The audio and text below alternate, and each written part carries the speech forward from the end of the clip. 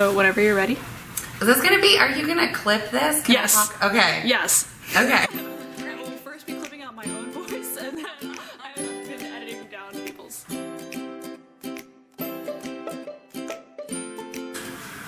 Well, I came here January 3rd, 1978, and I think he was here as a graduate student doing research. We met when I came here to interview for the job. So he was still working on his doctorate. So he did his doctorate work up at Berkeley, working with Wayne Souza, but did the actual work in the kelp bed down here. So when I came to interview was the first time I met Jim. Yeah, I've known Jim for a long, long time. I arrived here as a grad student in 1962, and Jim, of course, came a few years later. But Jim really typifies the kind of philosophy, the kind of activities that I've always known at the station over many years. And what Jim brings is a really deep fascination about nature, and he combines that with an enormous knowledge of natural history. So he himself is one of the most synthetic thinkers about how ecosystems work, particularly in the rocky, intertidal, and the subtidal areas, and he's able to communicate that to students. And I think he's been, one of the most phenomenal teachers, and I've had many encounters with the faculty here over half a century, and Jim just stands out. I was actually part of the committee that hired him, and it was really obvious back then that he was the right person for the job, and that's really played out. I thought the talk that he gave last week was absolutely fabulous. Really just nailed down why we need somebody like him here to shepherd the natural history of this place. His knowledge is remarkable about the lives of invertebrates and everything about invertebrates. Yeah. I never got a chance to take his invertebrate course. I wish I had. That's one of my real regrets.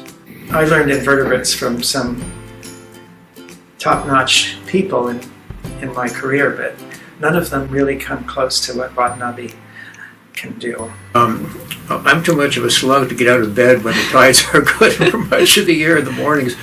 But I have gone out with Jim, and I've learned in each of those trips, I can't give you specifics, but I've learned a tremendous amount of information. And when I moved back to Stanford as a faculty member in 1995, Jim was really responsible, along with Mark Denny, for pointing me in the right direction and for doing the research we're doing. So right now I'm still continuing that research, and whenever I have a question, what's this animal, where does it live, what's its range, what might some interesting questions be, I turn to Jim. He's an encyclopedia of marine biology. And the scuba diving and what he does underwater, what he sees that's so beyond what a newcomer even sees when they're diving, and points it out to you, is really remarkable and cool. So he's a great guy. Really appreciate about Jim that from day one, he's really welcomed me into this community and helped me to learn my way through this really unique ecosystem that we have here. And so when I have a question about my study system or how to set up an experiment with the critters that we have available here, Jim is the first person who I go to. He loves teaching. He loves undergraduate teaching.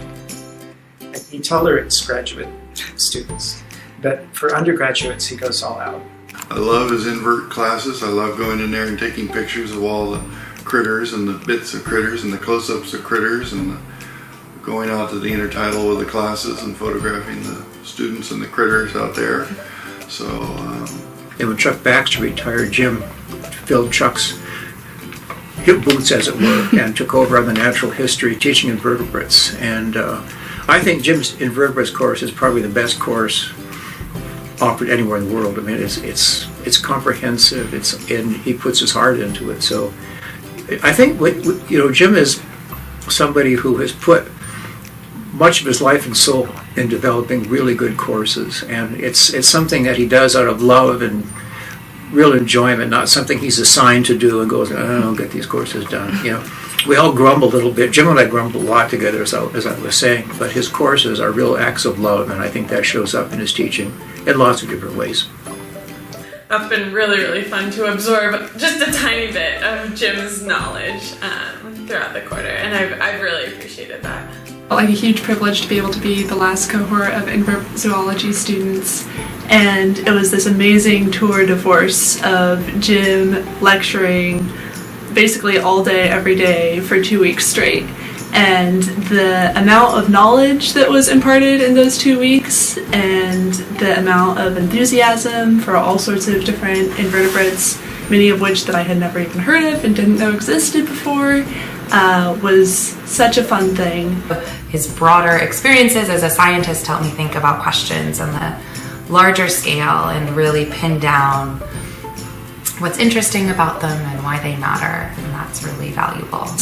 And it was such a nice, peaceful time that I don't often get, especially in the PhD program, where I could just look at things and ponder and kind of have that guided by someone who knew so much about these things. And that was such a wonderful experience. So I'm hugely grateful to Jim for teaching inverts one last time this past quarter. People came up with nicknames based on their love for Jim Watanabe, but nicknames for Watanabe. One in particular stands out, Dr. Blobs. Because of his concentration on invertebrates, blobs really, he became known as Dr. Blobs. There's another one, which is just a mashup of his name, Water Baba. I don't think Jim appreciates either of these anymore. He's quite an accomplished and older gentleman scientist these days, but that's just people love him. He's always wearing the same boots. I think he's had that same jacket forever as well. It's always been fun going out there and learning something new. Every time I get out there with Jim, I see a new species that I didn't know existed, or see a species that I thought I knew that I ended up not knowing. God knows how many lies I've told people about what this species of limpet was, or what species of seaweed that was. Particularly the red seaweeds, boy, I've blown those a number of times. Jim was just so excited about everything in the intertidal and was just telling us all about all of the creatures there, and took a big fall and cut his chin, and it was just, he fell, he was right back up again, and then carrying on, and it was really just great to see. He can take a fall, keep going. After years in the intertidal, he has still so much excitement about passing on that knowledge, and that was the first time that I had really been in the intertidal here at Hopkins, and it was so cool to see, and so cool to be taught by someone who just has so much joy about the intertidal.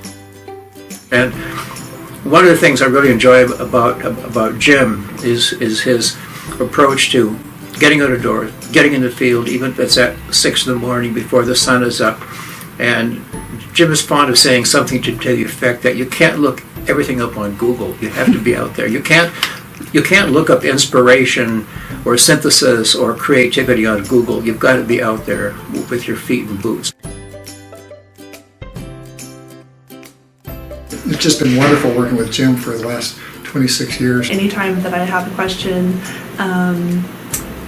I was interested in the coconut crab that's preserved in Agassiz, and I knew that I could turn to Jim to try to figure out where that might have come from, who might have collected it and when, and so he's been a really great resource to everyone here.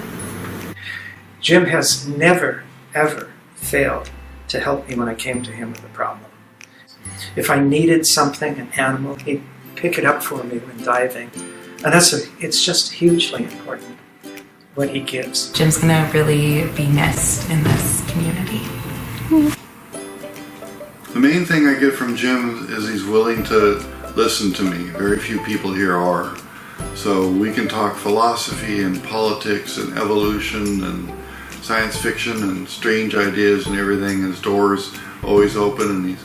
To be taught by someone like him is such a gift that I really appreciate. And I don't think I would have gotten as much out of coming to Hopkins if I hadn't been taught by Jim. So I'm really happy that I got to be there. And I hope he enjoys his next journey. No, he's been a friend and a colleague and a real comfort to have around all those 26 years. He'll be missed here, but I'm glad he'll still be around to be part of Hopkins. Yeah, Hopkins Marine Station is blessed to have him here.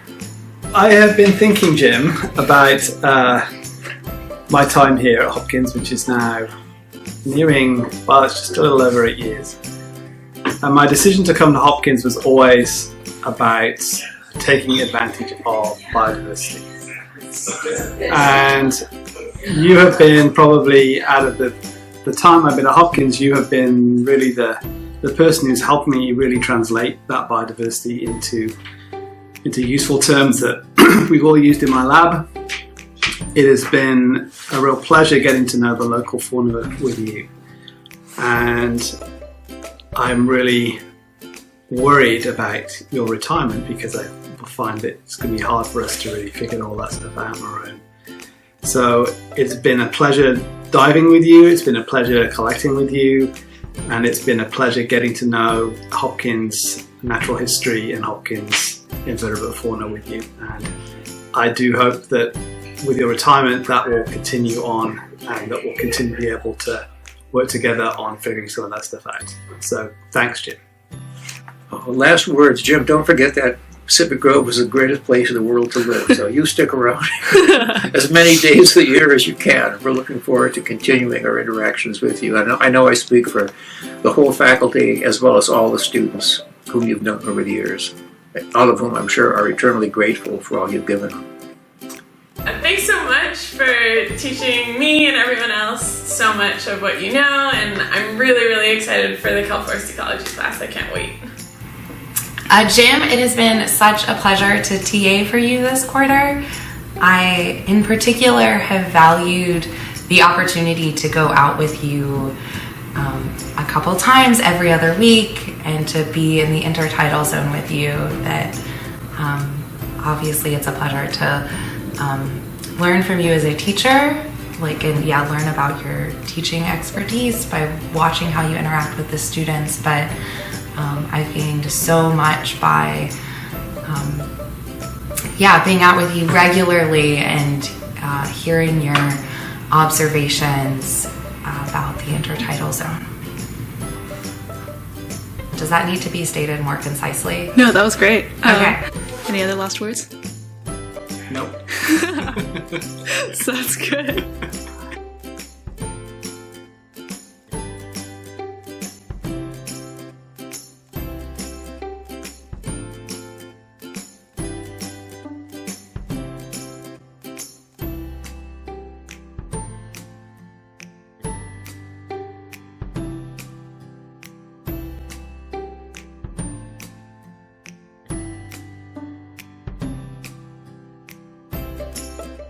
So one of the pictures I gave you was from 1982, so it sort of had the Beatles haircut kind of thing going.